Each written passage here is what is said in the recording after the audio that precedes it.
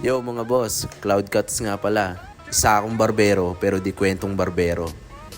Siyempre, pagdating natin ng shop, kailangan maglinis muna tayo ng mga gamit natin. Linisin muna yung clippers, detailers, mga gunting, guides, lahat na yan kailangan linisin pati yung salamin. Para naman makita ni customer na malinaw ang kanyang gupit. At para na rin maging kaaya-aya tingnan yung shop natin. Kasi mas maganda, 'di ba? Yung paligid mo malinis lang palagi.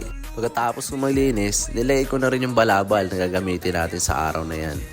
Inumpisahan ko na rin linisin tong salamin sa labas dahil sobrang dumi na.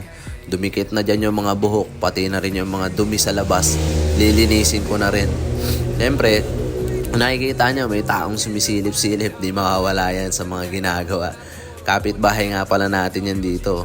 Vulcanizing siya. Habang waiting sa customer din, tamang nood lang siya at kwento sa akin. Habang naglilinis, dumating na yung una nating customer. Gusto niya magpakulay daw ng itim dahil nagsawa na siya sa kinulay natin nung una na ash brown. Kinulayan ko siya ng ash brown nakaraan, nagsawa siya. Ngayon, gusto na niya magpakulay ng itim. Tip nga pala para sa mga may kulay at magpapaitim ng buhok.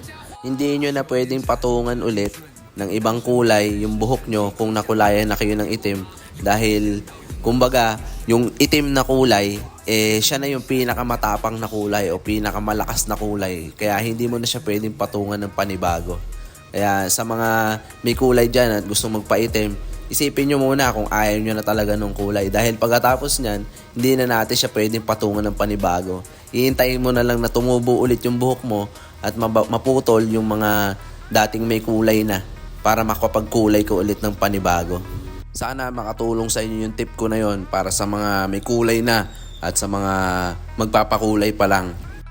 Dito kay second customer, nilamas-lamas ko yung balikat niya, sinuntok-suntok. At syempre, pinagpapaluko na rin yung likod niya na yan. Pero wala akong sama ng loob sa kanya. Kasama po yan sa aming free back massage dito sa Cloud Cuts Barbershop. Para yan sa mga stress, sa mga masasakitan likod, mga galing sa trabaho, galing sa school, na mga binata hanggang matanda, ay binibigyan namin ng free back massage. Para sa mga bata naman, wala muna silang free back massage dahil baka mapilayan sila o may madislocate ako sa kanila na buto pagka ginawa ko yon. Ito nga pala boss, walang bayad at libre lamang. Kumbaga free talaga siya 100%. Nasa sayo na kung magtitip ka. Kung magtip ka, sobrang thank you. Kung hindi, thank you pa din dahil nagpagupit ka dito sa amin. Sa mga magtatanong nga pala ng location namin, dito lang kami sa Barangay Manggahan, Santa Maria, Bulacan. Malaki din yung parking lot namin dito. Kaya kung naka-tricycle ka, kotse o nakamotor kayo na magtotropa, kasyang-kasya kayo dito. Thank you nga pala sa mga suki namin na palaging nagpapagupit sa amin. Kahit may malapit sa kanilang barbershop ay dito pa rin sila nagpapagupit.